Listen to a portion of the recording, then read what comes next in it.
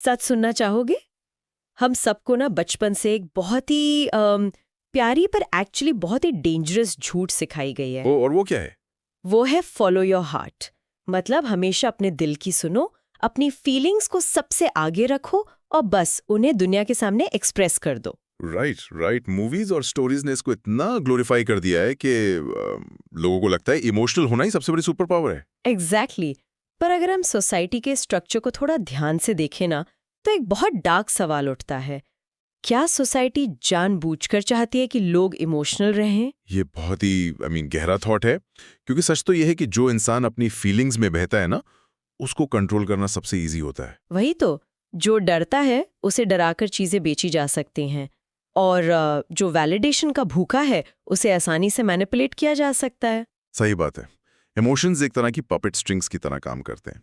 अगर किसी को आपके गुस्से, डर या प्यार के ट्रिगर समझ आ गए, तो वो आपसे लिटरली कुछ भी करवा सकता है। Welcome to cast yourself. आज हम इसी साइकोलॉजी को अनपैक करने वाले हैं, जिसका टॉपिक है डार्क सीक्रेट्स टू बिकमिंग इमोशनलिस्ट। पर यहाँ एक चीज बहुत क्लियर करनी होगी शुरुआत में ही। इस डीप डाइव का मिशन किसी को एक बेजान रोबोट या पत्थर दिल मशीन बनाना बिल्कुल नहीं है। हाँ, स्पेशली आज के यंग लिसनर्स और स्टूडेंट्स के लिए इसका असली मकसद है अपने इमोशंस का मास्टर बनना, ताकि कोई टॉक्सिक फ्रेंड या सोशल मीडिया का कोई हेट कमेंट आपका मेंटल पीस ना छीन सके। बिल्कुल। इंसान का रिमोट कंट्रोल सिर्फ उसके अपने हाथ में होना चाहिए, और इस रिमोट कंट्रोल को वापस पाने की शुरुआत ना हमारे दिमाग से नहीं, हमारी बॉडी से होती है। वेट, दिमाग से नहीं, बॉडी से? हाँ, क्योंकि जब इमोशंस हावी होते हैं तो सबसे पहला रिएक्शन बायोलॉजिकल लेवल पर होता है। अगर हम इस चेन रिएक्शन को वहीं तोड़ दें तो आधी प्रॉब्लम वैसे ही सॉल्व हो जाती है। Make sense. मुझे ना नोट्स का वो हिस्सा बड़ा पावरफुल लगा जहां द 3 सेकंड पॉज का जिक्र है। विक्टर फ्रैंकल, जो एक फेमस साइकाइट्रिस्ट थे, उनका एक बहुत ही डीप थॉट है इस पर। राइट। वो कॉन्सेंट्रेशन कैंप सर्वाइवर भी थे। हाँ, उन्होंने कहा था कि किसी भी स्टिम्युलस, मतलब किसी उत्तेजना, और हमारे रिस्पॉन्स के बीच एक खाली जगह होती है, एक स्पेस होता है, और उसी स्पेस में हमारी असली आज़ादी छुपी होती है। ये बहुत प्रोफाउंड है। जैसे अगर किसी कुत्ते को पत्थर मारा जाए तो वो सोचेगा नहीं, वो तुरंत भौंकेगा या काटेगा। जानवर सिर्फ अपनी इंस्टिंक्ट्स पर रिएक्ट करते हैं। एग्जैक्टली। पर इंसान के पास ये चॉइस है कि वो गाली सुनकर तुरंत वापस गाली ना दे। और इस चॉइस के पीछे ना पूरी एक न्यूरोलॉजी काम कर रही होती है। एवोल्यूशन के टाइम हमारे ब्रेन का एक हिस्सा डेवलप हुआ था जिसको एमिगडाला कहते हैं। इसका काम सिर्फ खतरों को पहचानना था, जैसे किसी जंगली जानवर से बचना। पर आज के टाइम में जंगली जानवर तो है नहीं। वही तो, आज के टाइम में एक खराब एग्जाम रिजल्ट, बॉस की डांट या किसी दोस्त का इग्नोर करना, एमिगडाला इन सब को एक जानलेवा खतरे की तरह ही प्रोसेस करता है। ओह वाओ, तो मतलब बॉडी को लगता है कि हम पर अटैक हो रहा है। बिल्कुल। और जब ऐसा होता है तो हमारा जो थिंकिंग ब्रेन है, यानी प्रीफ्रंटल कॉर्टेक्स, वो पूरी तरह शट डाउन हो जाता है। इसीलिए वो 3 सेकंड का पॉज लेना कोई मोटिवेशनल कोट नहीं है, वो एक बायोलॉजिकल हैक है, ताकि वो एमिगडाला शांत हो सके। हाँ, उन 3 सेकंड्स में ना लोग जानबूझकर अपने एमिगडाला को कूल डाउन होने का टाइम देते हैं, ताकि लॉजिक वाला कॉर्टेक्स वापस ड्राइवर सीट पर आ सके। पर एक बात बताओ, ये सुनने में बड़ा लॉजिकल लगता है कि गुस्सा आए तो 3 सेकंड रुक जाओ, जैसे कंप्यूटर हैंग हो गया तो रिफ्रेश दबा दिया, राइट? हाँ, प्रैक्टिकल लाइफ में थोड़ा अलग होता है। वही। जब रियल लाइफ में किसी के साथ धोखा होता है या कोई पब्लिक में बेइज्जती कर रहा होता है, तब तो खून खौल रहा होता है ना। उस हीट ऑफ द मोमेंट में दिमाग में 1 2 3 काउंट करना तो नेक्स्ट टू इम्पॉसिबल लगता है मुझे। जब सॉफ्टवेयर ही करप्ट हो गया तो कमांड दोगे कैसे? ये बहुत वैलिड पॉइंट है, और यहीं पर साइंस एक दूसरी अप्रोच सजेस्ट करती है। जब टॉप डाउन अप्रोच काम ना करे, मतलब दिमाग से बॉडी को कंट्रोल करना काम ना करे, तो हमें बॉटम अप अप्रोच यूज करनी चाहिए। बॉटम अप अप्रोच मतलब बॉडी से दिमाग को कंट्रोल करना? एग्जैक्टली। इसे द बायोलॉजिकल स्टेलमेट कहते हैं। हमारा दिमाग सिर्फ बॉडी को कमांड नहीं देता, बॉडी भी दिमाग को सिग्नल्स भेजती है। जब हमें गुस्सा आता है तो हार्ट रेट बढ़ जाता है, सांसें तेज हो जाती हैं। हाँ, एड्रेनलिन रश जैसा। राइट। तो दिमाग बॉडी की इस हालत को देखकर कंफर्म करता है कि हाँ भाई, वाकई कोई बड़ा खतरा है, पैनिक और बढ़ाओ। ओह, तो ये एक लूप बन जाता है। तो इसका मतलब ये है कि अगर हम किसी तरह उस फिजिकल पैनिक को रोक दें तो दिमाग का वो अलार्म सिस्टम खुद ही बंद हो जाएगा। बिल्कुल सही पकड़ा। और इसके लिए दुनिया की एलीट मिलिट्री फोर्सेस जैसे नेवी सील्स एक बहुत ही सिंपल पर इफेक्टिव टेक्निक यूज करती हैं, जिसे बॉक्स ब्रीदिंग कहते हैं। मैंने इसके बारे में थोड़ा सुना है। ये 4 सेकंड वाला कुछ होता है ना? हाँ, पैटर्न एकदम स्ट्रेट फॉरवर्ड है। 4 सेकंड तक सांस अंदर लेना, 4 सेकंड तक उसको होल्ड करना, फिर 4 सेकंड में सांस बाहर छोड़ना और लास्ट में 4 सेकंड तक खाली लंग्स के साथ होल्ड करना। आई सी। तो इससे एक्चुअली होता क्या है बॉडी में? जब कोई इस रिदम में सांस लेता है तो उसकी वेगस नर्व एक्टिवेट हो जाती है। ये नर्व सीधा दिमाग को मैसेज भेजती है कि आसपास कोई खतरा नहीं है।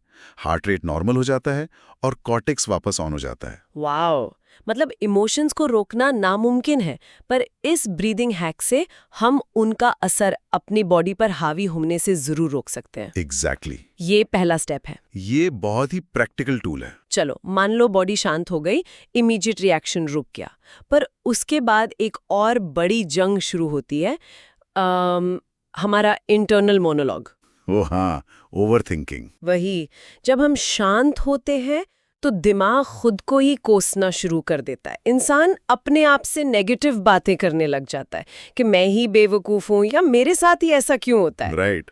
और इस नेगेटिविटी को तोड़ने के लिए ना दिमाग की प्रोग्रामिंग में ग्लिच क्रिएट करना पड़ता है। साइकोलॉजी में इसको डिसोसिएशन या द थर्ड पर्सन ग्लिच कहते हैं। हमारी सारी तकलीफों की जड़ हमारा ईगो होता है। ईगो? वो कैसे?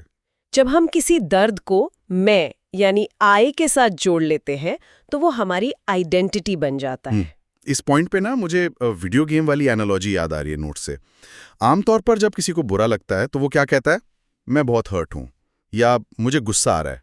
हम लिटरली उस इमोशन को ओढ़ लेते हैं। बिल्कुल, हम इमोशन बन जाते हैं। पर इस हैक के अकॉर्डिंग खुद को एक वीडियो गेम के कैरेक्टर की तरह देखना होता है। मैं हर्ट हूं कहने की जगह कोई अपना ही नाम लेके थर्ड पर्सन में सोच सकता है, जैसे राहुल को इस वक्त हर्ट फील हो रहा है या राहुल का हार्ट रेट बढ़ा हुआ है। ये सुनने में बेसिक लग सकता है, पर इस छोटे से लैंग्वेज शिफ्ट का इम्पैक्ट न्यूरोलॉजिकल लेवल पर बहुत डीप होता है। मैं से हटकर खुद का नाम लेने से इंसान एक विक्टिम के रोल से बाहर निकलकर एक ऑब्जर्वर बन जाता है। और ऑब्जर्वर तो सिर्फ दूर से चीजें देखता है, वो फील थोड़ी करता है। एग्जैक्टली। एक ऑब्जर्वर इमोशंस में नहीं बहता, वो सिर्फ डेटा कलेक्ट करता है। और इस डिसोसिएशन की पावर तब कई गुना बढ़ जाती है जब हम इसको सिमेंटिक रीफ्रेमिंग के साथ जोड़ते हैं। सिमेंटिक रीफ्रेमिंग मतलब अपने वर्ड्स को चेंज करना? हाँ, सिंपल वर्ड्स में कहें तो जो शब्द हम चुनते हैं वही हमारी रियलिटी बनाते हैं। तो क्या आप ये कह रहे हो कि हमारे ये हैवी इमोशनल वर्ड्स यूज करना ही हमें ज्यादा दुखी करता है? ये तो बिल्कुल दिमाग का सॉफ्टवेयर बदलने जैसी बात हो गई। सही एनालॉजी है। न्यूरोलिंग्विस्टिक्स प्रैक्टिकली प्रूव करता है कि हमारे वर्ड्स सीधा हमारी बॉडी के केमिकल्स को कंट्रोल करते हैं। अगर कोई कहता है मेरा ट्रस्ट पूरी तरह टूट गया, मैं बर्बाद हो गया, तो दिमाग इसको मेटाफर की तरह नहीं लेता। दिमाग को लगता है सच में तबाही आ गई। हाँ, दिमाग सोचता है सर्वाइवल का खतरा है और वो स्ट्रेस हार्मोन कॉर्टिसोल रिलीज कर देता है बॉडी में। पर अगर इसी सेम सिचुएशन को फैक्ट्स में रीफ्रेम कर दिया जाए, जैसे मैंने इस इंसान के कैरेक्टर को कैलकुलेट करने में एक गलती की थी। एग्जैक्टली। अब ये स्टेटमेंट कोई इमोशनल ड्रामा नहीं रहा, ये एक मैथ प्रॉब्लम बन गया है। कॉर्टिसोल का रिलीज तुरंत रुक जाता है। जैसे सैडनेस को आप लो एनर्जी से रिप्लेस कर दो, एंगर को डिसअप्रूवल से। ये तो एक तरह का डिक्शनरी हैक है। दिमाग से वो ड्रामा वाले शब्द ही छीन लो तो उसे दर्द महसूस करने का मीडियम ही नहीं मिलेगा। बिल्कुल। और यहीं से एक बड़ा ब्यूटीफुल कॉन्सेप्ट सामने आता है, पेन इज जस्ट डेटा। दर्द कोई ऐसी चीज नहीं है जिस पर बैठकर रोया जाए, ये सिर्फ एक सिग्नल है, एक इन्फॉर्मेशन है। राइट। मुझे ना यहाँ एक एनोलॉजी बहुत सही लगती है। अगर एक गाड़ी के डैशबोर्ड पर चेक इंजन की लाल बत्ती जलने लगे तो कोई समझदार इंसान उस बत्ती के सामने बैठकर रोता थोड़ी है। ये उस लाइट को कोसता नहीं है कि ये क्यों जल रही है। वो मैकेनिक के पास जाता है। हाँ। वो समझता है कि हुड के अंदर कुछ गड़बड़ है जिसे फिक्स करना है। राइट। और हमारे इमोशंस भी बिल्कुल उस चेक इंजन लाइट की तरह काम करते हैं। अगर किसी स्टूडेंट को अपने दोस्त की सक्सेस देखकर बहुत ज्यादा जेलसी फील हो रही है तो इसका मतलब ये नहीं कि वो कोई बुरा इंसान है। तो वो जेलसी क्या है? वो जेलसी सिर्फ एक डाटा है जो बता रहा है कि वो स्टूडेंट भी लाइफ में वही सक्सेस चाहता है और उसे अपना एफर्ट बढ़ाना पड़ेगा। अगर किसी को एंजाइटी हो रही है तो वो एक सिग्नल है कि फ्यूचर के किसी टास्क के लिए प्रिपरेशन पूरी नहीं है। ओह आई सी। तो जो लोग इमोशंस के गुलाम होते हैं वो इन सिग्नल्स को देखकर पैनिक करते हैं और डिप्रेशन में चले जाते हैं। पर जो मास्टर होते हैं वो इस डाटा को डिकोड करके एक्शन प्लान बना लेते हैं। एग्जैक्टली ये पर्सपेक्टिव ही गेम चेंजर है। पर देखो, अंदर की दुनिया को कंट्रोल करने का ये तरीका तो बड़ा सॉलिड है। हमने बॉक्स ब्रीदिंग से बॉडी शांत कर ली, वर्ड्स को रिफ्रेम कर लिया, दर्द को डेटा मान लिया। पर रियल दुनिया इतनी आइडियल नहीं होती ना यार। सही बात है, दूसरे लोग तो होते ही हैं। हमेशा कुछ टॉक्सिक लोग होते हैं, कोई बदतमीज कॉलीग, कोई ताने मारने वाला रिलेटिव या क्लास का कोई बुली। ये लोग इंटेंशनली हमारी पीस डिस्ट्रॉय करने आते हैं। ऐसे एक्सटर्नल ट्रिगर्स से कैसे बचे? इसके लिए साइकोलॉजी में एक बड़ा ही डार्क पर जबरदस्त टूल है जिसे द ग्रे हॉक मेथड कहते हैं। देखो, दुनिया में कुछ लोग होते हैं जिनमें नार्सिसिस्टिक टेंडेंसीज होती हैं। इनको इमोशनल वैम्पायर्स कहना गलत नहीं होगा। Emotional vampires? इनको खून नहीं, हमारे इमोशंस चाहिए होते हैं। एकदम सही।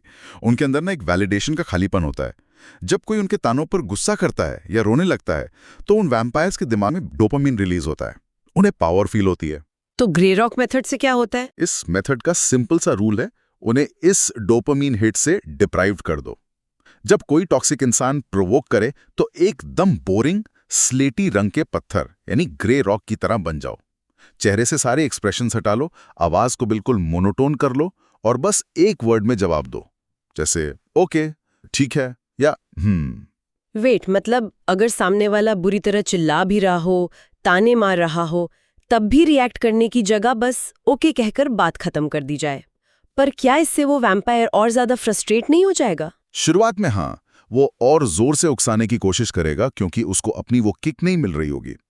पर जब लगातार उसे सामने से कोई एनर्जी, कोई ड्रामा नहीं मिलेगा ना, तो उसका दिमाग एक तरह के विड्रॉल में चला जाएगा।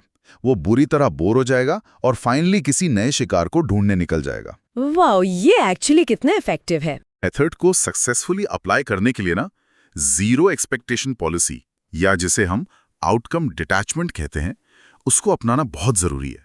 ये तो सीधे तौर पर भगवत गीता के उस फिलॉसफी से जुड़ता है जहां कहा गया है कि कर्म करो, फल की चिंता मत करो। और अगर हम इसको आज के टाइम में देखें तो हमारी सारी डिसअपॉइंटमेंट हमारी एक्सपेक्टेशन से ही तो आती हैं। बिल्कुल। अगर कोई किसी रिजल्ट से अटैच्ड ही नहीं है तो वो रिजल्ट उसे तोड़ कैसे सकता है? जैसे एक स्नाइपर जब निशाना लगाता है, उसका पूरा फोकस ट्रिगर दबाने तक होता है। एक बार गोली बैरल से निकल गई तब उस पर उसका कोई कंट्रोल नहीं है। सही एग्जाम्पल है। और यही डिटैचमेंट रिलेशनशिप्स और करियर पर भी लागू होती है। और इसी से नोट्स का एक बड़ा ही कंट्रोवर्शियल पॉइंट सामने आता है, ऑडिटिंग रिलेशनशिप्स। हाँ, ये मैंने पढ़ा था। इसमें सलाह दी गई है कि इंसान को अपने हर रिश्ते को एक इन्वेस्टमेंट मतलब ROI, रिटर्न ऑन इन्वेस्टमेंट की तरह देखना चाहिए। ये असेस करना चाहिए कि कौन सा इंसान लाइफ में वैल्यू ऐड कर रहा है और कौन सिर्फ एनर्जी चूस रहा है। ओके, एक मिनट, यहाँ मुझे थोड़ा इंटरप्ट करना पड़ेगा। ये थोड़ा ज्यादा एक्सट्रीम नहीं हो गया? आई मीन कि अपने ही दोस्तों या क्लोज रिलेटिव्स को इन्वेस्टमेंट और प्रॉफिट लॉस के नज़रिए से देखना इंसान को बहुत ज़्यादा सेल्फिश और रूड नहीं बना देगा? हमारी सोसाइटी तो सिखाती है कि रिश्ते अनकंडीशनल होने चाहिए, है ना? मैं समझ सकता हूँ कि ये सुनने में थोड़ा कोल्ड लगता है, ये एक बहुत ही नेचुरल ऑब्जेक्शन है। पर प्रॉब्लम यह है कि मोस्टली लोग इसी संक कॉस्ट फैलेसी में फंसकर अपनी मेंटल हेल्थ बर्बाद कर लेते हैं। संक कॉस्ट फैलेसी मतलब इतने साल का रिश्ता है वाला माइंडसेट। एग्जैक्टली। सोसाइटी की ये अनकंडीशनल वाली बात सिर्फ थियोरी में अच्छी लगती है। प्रैक्टिकल दुनिया में अगर कोई पुराना दोस्त लगातार आपकी लाइफ में सिर्फ स्ट्रेस, ड्रामा और टॉक्सिसिटी ला रहा है, तो सिर्फ पुराने दिनों की खातिर उसको धोते रहना कोई समझदारी नहीं है। वीक लोग गिल्ट में फंसकर ऐसे रिश्ते निभाते हैं, पर जो मेंटली स्ट्रांग होते हैं वो अपनी पीस को प्रायोरिटाइज करते हैं। वो थोड़ी स्ट्रैटेजिक होते हैं। अच्छा, तो आप कह रहे हो कि ये मतलबी होना नहीं है, बल्कि अपनी मेंटल बाउंड्रीज को प्रोटेक्ट करना है। अगर कोई हमारी बोट में जानबूझकर छेद कर रहा है तो उस इंसान को नाव से उतारना ही पड़ेगा, वरना तो सब डूबेंगे। एग्जैक्टली। इसे बाउंड्री सेट करना कहते हैं। इसका मतलब ये बिल्कुल नहीं है कि हम दूसरों से नफरत करने लगें। इसका सिर्फ इतना मतलब है कि हमारे पास ये राइट है कि हम डिसाइड करें कि हमारी लिमिटेड एनर्जी कहाँ और किस पर खर्च होगी। Make sense. ये पर्सपेक्टिव वाकई बहुत क्लियर है। तो अब तक हमने फिजिकल रिएक्शंस, मेंटल रिफ्रेमिंग और एक्सटर्नल लोगों से डील करना तो समझ लिया, पर नोट्स इसके आगे एक बहुत ही अलग डायरेक्शन में जाते हैं। हाँ, साइकोलॉजी से निकलकर डायरेक्ट फिलॉसफी की तरफ। Right, existentialism. इसमें एक बहुत डार्क पर आई ओपनिंग कॉन्सेप्ट का जिक्र है, मेमेंटो मोरी। मेमेंटो मोरी एक एंशिएंट लैटिन फ्रेज है। इसका लिटरल मीनिंग है याद रखो कि एक दिन मौत निश्चित है। सुनने में तो काफी मॉर्बिड और डिप्रेसिंग लगता है। सरफेस लेवल पर हाँ मॉर्बिड लग सकता है, पर साइकोलॉजिकल लेवल पर यह दुनिया का सबसे लिबरेटिंग, सबसे आजाद करने वाला टूल है। I can see that. अगर हम इसको नॉर्मल लाइफ से कनेक्ट करें तो हम जनरली छोटी छोटी बातों पर कितना स्ट्रेस लेते हैं। एग्जाम में मार्क्स कम आ गए, किसी ने सोशल मीडिया पर मजाक उड़ा दिया, या किसी ने मैसेज सीन करके इग्नोर कर दिया। उस पर्टिकुलर मोमेंट में लगता है दुनिया खत्म हो गई यार। होता है, सबके साथ होता है। पर अगर हम अपनी टाइमलाइन को थोड़ा 100 साल आगे जूम आउट करके देखें, 100 साल बाद वो टॉक्सिक बॉस, वो फेक फ्रेंड, वो फेलियर और हम खुद सब मिट्टी बन चुके होंगे।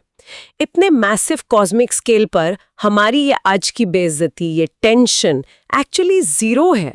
इनका कोई वजूद ही नहीं है। इस कॉस्मिक पर्सपेक्टिव को समझने के लिए ना एक एनालॉजी बहुत काम आती है। इमेजिन करो कि एक बहुत ही लग्जूरियस और बड़ा घर है जो चारों तरफ से भयंकर आग के लपटों में घिरा हुआ है। घर का पूरा स्ट्रक्चर जलकर बस गिरने ही वाला है। ओके। और उस घर के अंदर खड़ा एक इंसान इस बात पर रो रहा है कि दीवार से उसकी एक फेवरेट फोटो फ्रेम नीचे गिरकर टूट गई है।